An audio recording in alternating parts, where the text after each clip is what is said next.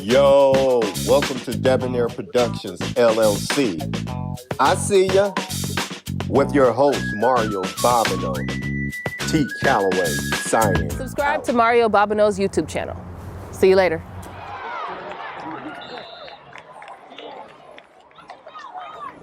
Touchdown, Johnson to Bobino. Hello everyone, welcome to another edition of I See You, and today's guest is Josh Johnson from Oakland, California. Josh, we see what you're doing, and I'm personally proud of you because I knew you since the 6th grade when you played with the Berkeley Cougars with my nephew. So how's it going, Josh? It's going well, man. Blessed of the plains here. You are definitely blessed. So people don't know this about you, but been in the league for 17 years. You've been playing professional football for 17 years.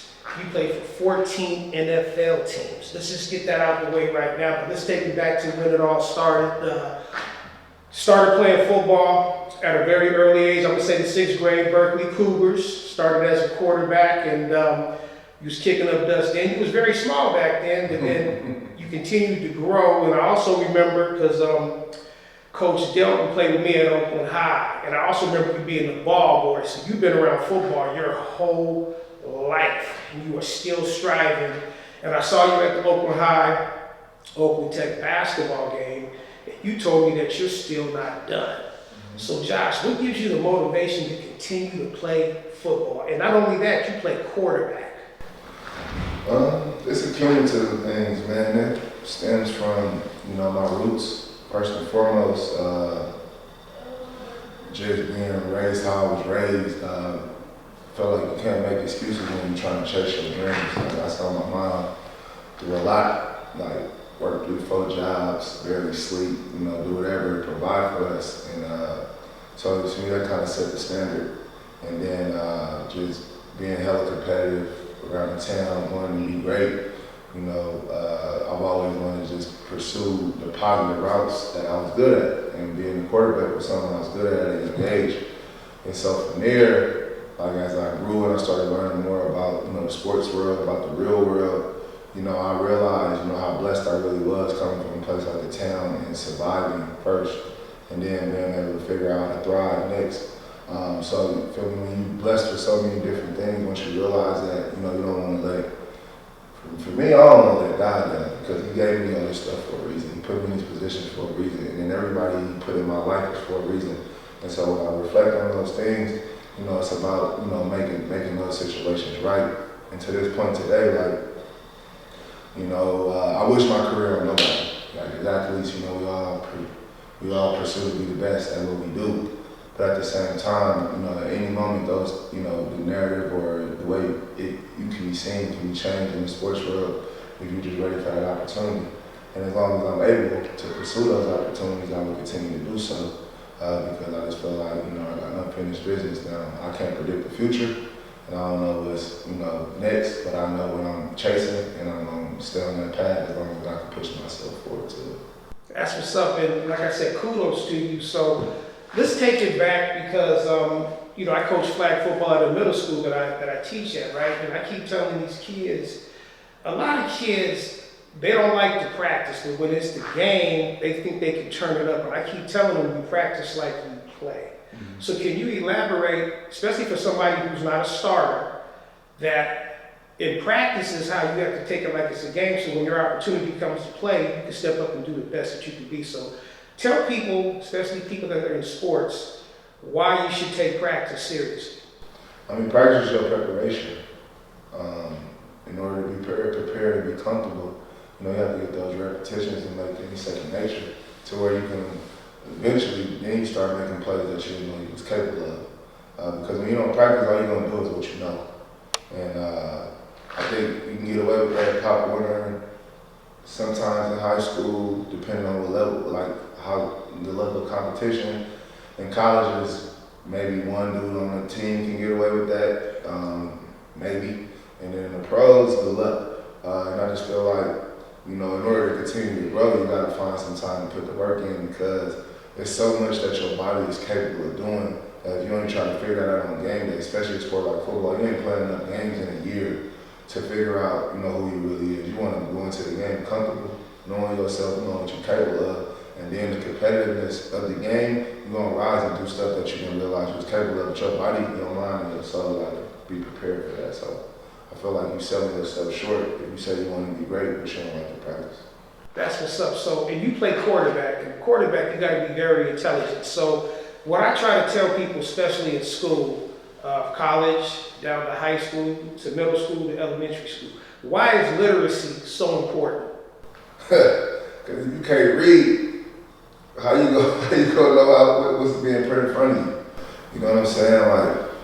Like people think as pros we don't work. Like we practice 2.5 hours out of the day, but we in the building at 8 o'clock in the morning, first meeting, sometimes 7:30, first meeting go down. And then you there all day till 5 o'clock. So everything you outside of practice that you're getting is information. And if you don't know how to retain it, understand it, that's an easy way to get you up out of there, because it's a million people that want this opportunity. And so anything that, to me, we in our world, we like to say the controllables. And like literacy is something that you control because you get to go to school and it's free. And if you're not taking advantage of something that's free, then to me, it's gonna catch up to you in the long run. And when you really need to fall back on those things, it's gonna be somebody else who's already been prepared for it, and they're gonna take that. And you know what I like about that is the fact that you play quarterback and you played for 14 different NFL teams and 3 other professional football teams where you had to get in there and learn that playbook, which you seem to have mastered. So kudos to you. Now, in addition to your football career, I know you have a workout regimen, and I know you told me in the morning times you like to work out. So what does your workout regimen consist of? A lot of stretching, a lot of weightlifting and running. That's in the morning. Get on the field, like go with all the youngsters out here, just to break bread with them. That's my way of always just connecting with the youngsters from the town, getting on the field and getting down together, because they like to talk a lot, but I want to see it. And then I get massages, acupuncture, chiropractor.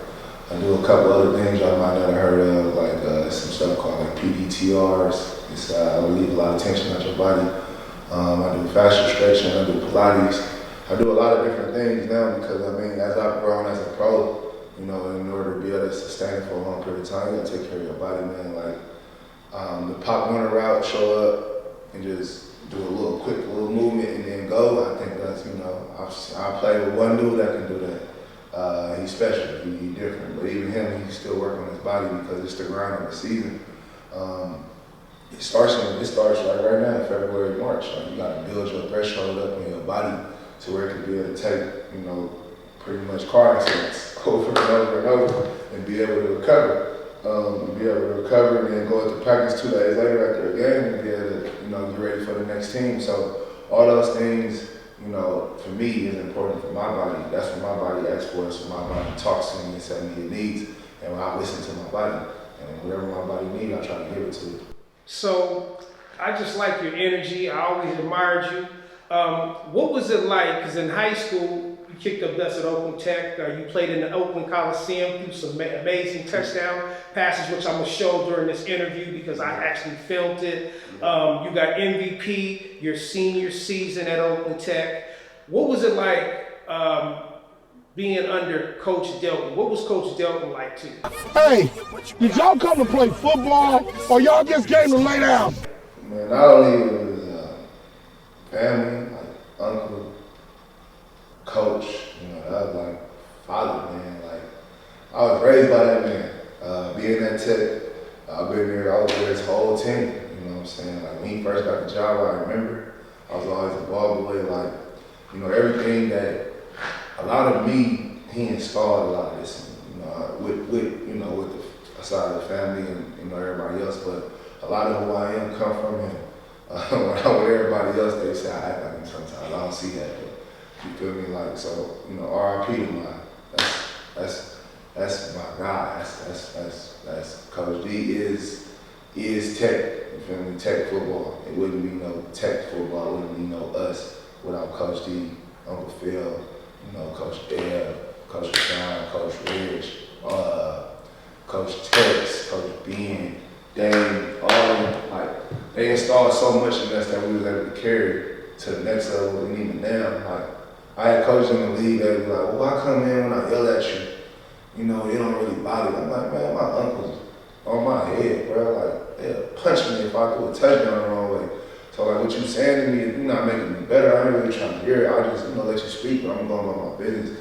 And a lot of that, the things that they installed in me, have been positive traits that has carried me the long way. So as I'm sitting here right now, I know Coach G watched me down on this, and I always feel his presence, everything just, I can hear him in the back of my head and sometimes too. And so, I'm grateful for everything that they put in me. And I'm glad you said that because I know he's looking down from heaven and he's proud of you and Marshawn. And what we really admire, myself, my friend Jonathan, and all my people that's my age is you guys took things to the next level. You guys opened up a youth center for kids. You guys took your money, put it back in the community. What I admire about you and Marshawn, you guys are actually embedded in the community.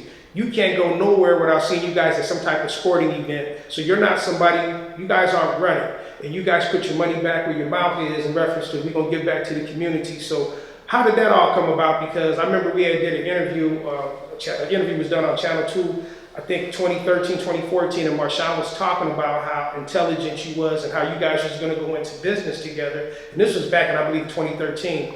Look at you guys now. So how did this all come about? You guys opening up this center and you guys giving back to your community?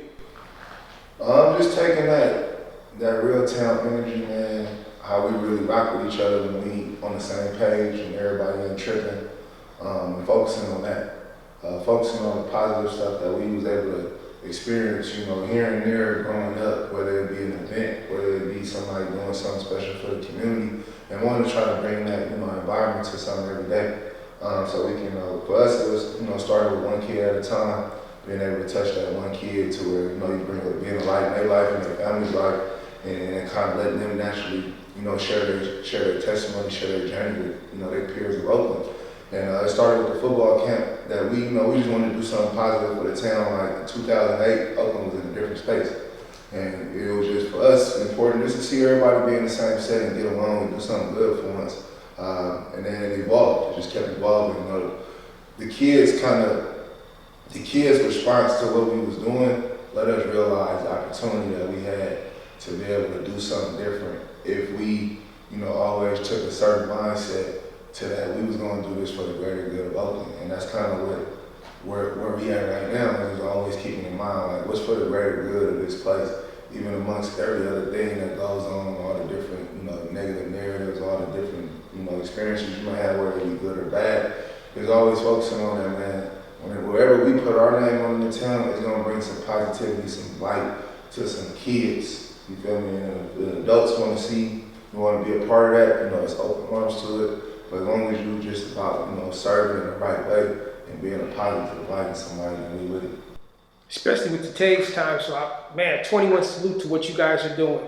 Now, for proprietary rights, copyright infringements, you have a daughter that's balling at Oakland Ca. I don't have any footage of it, but she's very gifted and talented. I've seen her play twice, and I'm like, wow. Plus, she's also a talented quarterback. Mm-hmm. So how much do you work with your daughter? I wish I could show some footage, but like I said, for proprietary rights, I can't show it because I have to film the footage myself. Because she, don't take this the wrong way, because you played for Tech in basketball too, but I think she could beat you back when you was in the 12th grade, man. I think she's that good. I mean, she's gifted. So what is it? She's a better athlete. She's very gifted. If you guys get a chance, please go see his daughter play for Oakland Ca. She's only a junior, so you got all next year. So let's talk about her. But I will say this about being competitive. Just because you got more talent, don't mean you're going to win. You know what I'm saying? And I'm leaving it at that. That's real talk, though. So where I come from, we get down. Right. We get down. That's what's up. And there wasn't no barriers how we got down. That's real talk. That's real talk. Barriers, man. So would you say that she got her gift from you, or she just puts the work in to make her be so good? And I'm talking about quarterback and... I would say like genetics, I got the influence on that. Okay. You see her move, you see her walk, you see me. That's real talk. But I ain't gonna take what's from her. Like, it's her journey. I can say I saw it early. Like, she was the easiest one to teach how to catch. She picked up on throwing early. She might deny it because she older than us. She a teenager, they going through that little phase. But like, I've been blessed to be around the game and so many different athletes that I've always was a sponge to how they evaluate us, how they evaluate body types, how they evaluate how you're gonna grow. There's such a science behind this, and I never really share that science, I just share my opinion. Right. And my opinion of her is she has the potential to be one of the best women athletes that ever walked this earth. Now, Please go see her, and you'll know exactly what Josh is talking about. Now let's talk about moms, Rosemary. Now this is so beautiful because back in our day, we're way older, we're in our 60s, and I remember your uncle, Harvey, he played for Oakland Ca. They're from Farmtown. I remember they went to Franklin Elementary. So what was it like? Well, I know growing up in that particular neighborhood at that time, it wasn't the easiest in the world, so they went through some tough times there. So I know you was pretty much raised by your mother. How much credit do you give to your mother, Rosemary? I give Mom's all the credit because she had the opportunity, she had to be different. She was surrounded by a lot. Choices that still everybody in front of town get presented with today is there. You want to go this way or you want to go that way. And she took a path to me that created longevity, that created sustainability. From her getting into coaching, working in Parks and Rec, working at Tech, you know, it put us in an environment to be around our community uniquely in so many different ways, from sports to activism, if you want to look at it that way, from school and education. And she created a standard, you know, in our household that I wanted to meet and exceed. And so, you know, I give her all the credit because a lot of this youth center stuff, summer program stuff we doing, when you look at a blueprint, she put the blueprint out there for us a long time ago. How to do it, how to sustain it, and then it was on us to take, you know, what we've been blessed with and add value to that.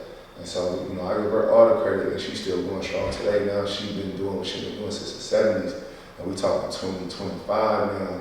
So that's 5 generations of family she touched, and you still see her impact from now people's grandkids who went to Tech, great grandkids, and now she with them giving out the same game, same ism. And you see people growing, and that's like, you know, I always call her the principal at Tech if she was qualified, but you know, she do her thing from behind the scenes. You ain't gonna see her on so many cameras. You just gonna know who she is if you're in the building. Well, she did great in raising you. So now I want to talk about, and close out this interview.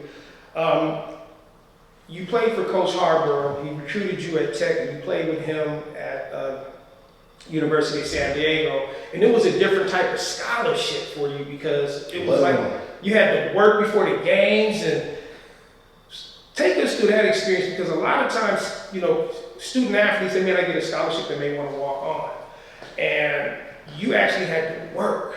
So what was it like? What was your college experience like? Because that's hard to do. A lot of people would have gave up, but you had the intestinal fortitude because you believed in something. Look where it got you. What was it like being under Coach Harbaugh at San Diego? For me, that rounded out my hustle. It showed me how far I'm willing to go for something that I want. When nobody believes in it, when the environment set up is not one that, based on what I'm doing now, that somebody can predict and say, oh, this is going to be next for you. Uncle Phil, the only person that really told me, like, hey, go there, learn everything from him, bro. And you never know what you're going to really go from this. But for me, like, San Diego was, like, I loved it. Like, I loved it. I didn't get a scholarship. I had to take out loans. I had to get a job. I was working before games. I was working after practice. But to me, like, when I reflect back on it and now I'm in the league, like, I'm glad I did that because to me, God was preparing me for the journey that I was about to walk into as a pro. And because now I got this mindset of it's all about choice. Like, if I want something, I got choices around me to make to go get it. And to me, like, knowing that I've actually done that and I would love, like, to do what I need to do out there. Like, nothing bad, but just, like, real life, getting it out the mud, like, on my own. Like, I purposely told my mom and them, like, leave me alone. I'm gonna figure this out on my own. Like, y'all prepared me. Y'all gave me all the stuff. Y'all gave me all the tools I need. Like, if I call y'all, I'm gonna call y'all for advice and whatever little help I need, but it's gonna be at a minimum. And I took pride in that because, you feel me, it was what I needed to do to become the version of Josh that I became out there. And I wouldn't have became that person if I wasn't going through what I was going through. And so, me, that kind of put everything, like, it kind of put it all together for what I was walking into. And know, I'm forever grateful for that experience, forever grateful for him for seeing the opportunity that I could do something great down here. So let me add on, I'm about to close out this interview, but me and my brother were talking. I told him I was going to do an interview with you, and he brought up something that was really impressive. He says, quiet as kept watch. Josh is going to be the head coach somewhere. So don't be surprised if you're going to be the head coach, because you got the attitude. And just look at these career highlights and awards. XFL passer rating leader in 2020, 2 times PFL champion 205-06, 2 times consensus mid-major champion 205-06, 4-time All-PFL 204-207, 2 times PFL Offensive Player of the Year 05-06, 3 times 1 AA All-American 04-07. If that's not a head coach, then I don't know what it is, Josh. So those are accolades in different leagues that people can't even fathom to think about. So to close out this interview, is there anything like you would like to tell my audience that's watching this interview, words of wisdom that you would like to leave my audience for my show, I See? Words of wisdom, man, get to know God, bro. Like, especially in a place like Oakland, when you get tempted with so many different things, emotionally, physically, you gotta find a way to really take a positive outlook on life, bro. Like, life is a beautiful thing, but if you allow yourself to be surrounded by poison, you're gonna eventually get poisoned, and you gotta know how to combat that. And that's the only way you're gonna make it in this world. It ain't no, as many times people gonna tell you it's a shortcut, it's a secret. It's literally you getting up off your 2 feet every day and making a choice that you're gonna make somebody your life the right way. And if you do that the right way, it's gonna come back to you in ways that you could have never imagined. But if you keep trying to cut corners, you feel me, them corners eventually gonna get closed. And that's, to me, the dark side. And I try to stay far away from that. So I would just always say, follow the light, man. Choose the positive. Josh, once again, 21 gun salute. We're proud of what you do. Please keep doing what you're doing. And once again, continued success. One day you're going to be an NFL head coach. Touchdown, Johnson to Bobino. Thank you very much, and continued success. Thank you. Thank you for having me, man. Keep doing what you're doing, man. You got that exclusive footage. That's right. People don't really know about that, but I've been having footage of you since the 6th grade, and I got you. Oh, it's all good. All right, one love. Yo, thanks for watching. I see you. With your host, Mario Bobino. We out. T. Callaway.